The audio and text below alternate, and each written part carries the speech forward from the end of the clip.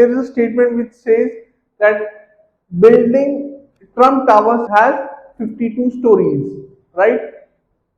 So you can paraphrase it. The Trump Towers constitute of 52 stories. Some people have a visual memory. Some people also have an audio memory. They listen to something and they remember it for a long time. Hello students, welcome. And today we will discuss paraphrasing. So what is paraphrasing first? Paraphrasing is just stating your opinion or stating something in a different manner. So for example, you can say Priya loves burgers. So how can we paraphrase it? Burgers are Priya's favorite food. This is how you paraphrase. It's like two twin sisters whom are not identical twins. They are twins but are not identical twins. There is a difference between them. So let's look at paraphrasing as a whole definition first. Paraphrasing is the ability to express ideas in your own words while maintaining the original meaning. While maintaining the original context, you state something in a different manner. Okay, that's paraphrasing for you. When you are paraphrasing, you're trying to maintain the context of it. Okay, so let's look at how you can paraphrase things. Firstly is understanding the question.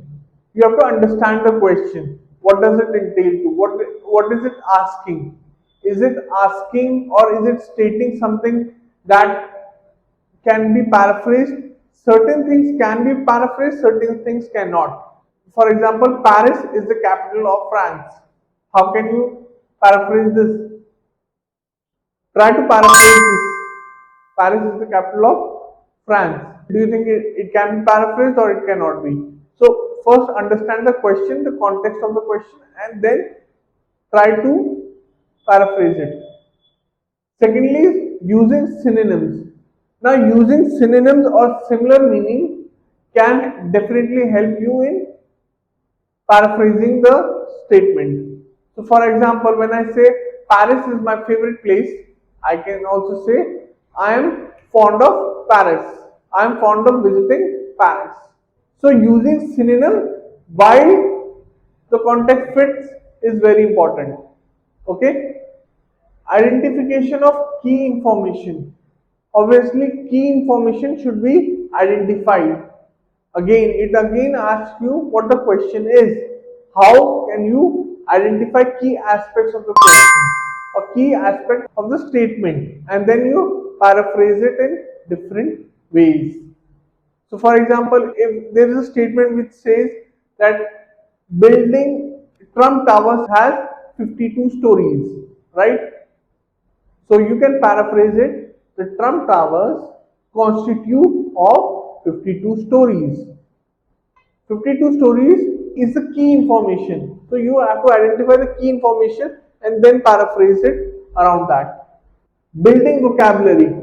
Point number 4 and point number 2 are quite similar. How do you build vocabulary? You build vocabulary by reading journals, magazines, books. Then you get to know synonyms as well as try to fit them in different context. And this is how you can learn about paraphrasing. The fifth one is perhaps the most difficult one, which is practicing regularly. One must practice regularly, whether be it in terms of reading, whether be in terms of writing, or even listening. Listening as a learning factor is very underrated in my view. People think that how can I listen and build my vocabulary? It's kind of like a waste of time. Most people think that way, but it is not. What happens is that when we listen to something, it kind of like we can capture sounds and those words remain in our mind for a long time. Some people have a visual memory. Some people also have an audio memory. They listen to something and they remember it for a long time. So these are some of my tips for paraphrasing. I have also posted a lot of videos about English basics as well.